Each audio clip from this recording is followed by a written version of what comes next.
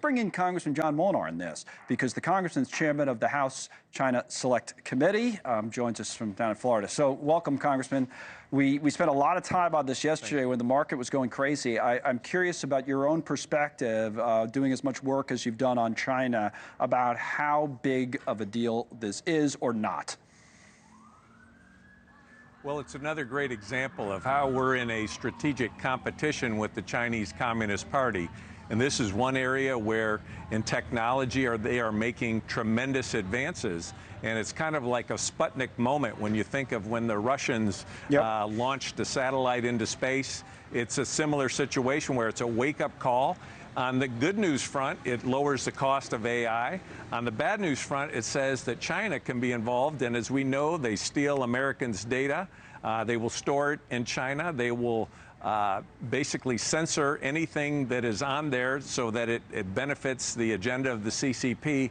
So it's something where we need to win this competition. Okay, questions how? One policy question. Seems like you agree with the Mark Andreessen Sputnik moment characterization of this. The idea of doing it cheaper for like $5 or $6 million compared to an American company that might spend hundreds of millions is what people really started thinking about, because we have these export controls in place that theoretically were supposed to prevent something like this from happening. So question for you on the policy side is, what do we do now? Do we increase? Do we expand those export controls? Do we ease up? What's next?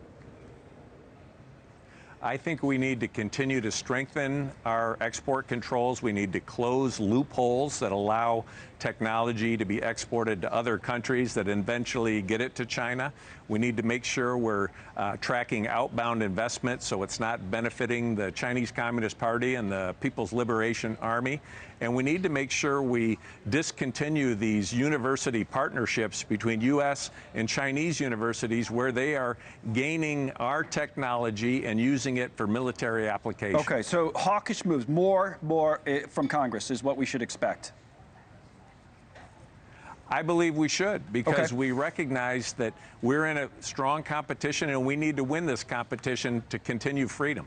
Well, another question, we've had a conversation with, I believe, two Democrats that are in the House today about this OMB memo on the freeze of some federal programs. And the White House has come out and said it won't affect money that's going directly to people, but it does seem like it'll affect, billions, if not trillions of dollars, at least for a temporary amount of time. What's the Republican perspective on this? Do you support this? And can you understand why some people are, if not panicked, concerned about what the impact might be on them if they're impacted by the programs? Sure. Well, I think anytime you restrict government spending, some people are going to be upset. Right. But I think with $36 trillion of debt, I think we need to have an audit. The Biden administration has spent trillions and trillions of excess dollars and was basically trying to shovel it out the door on the way out.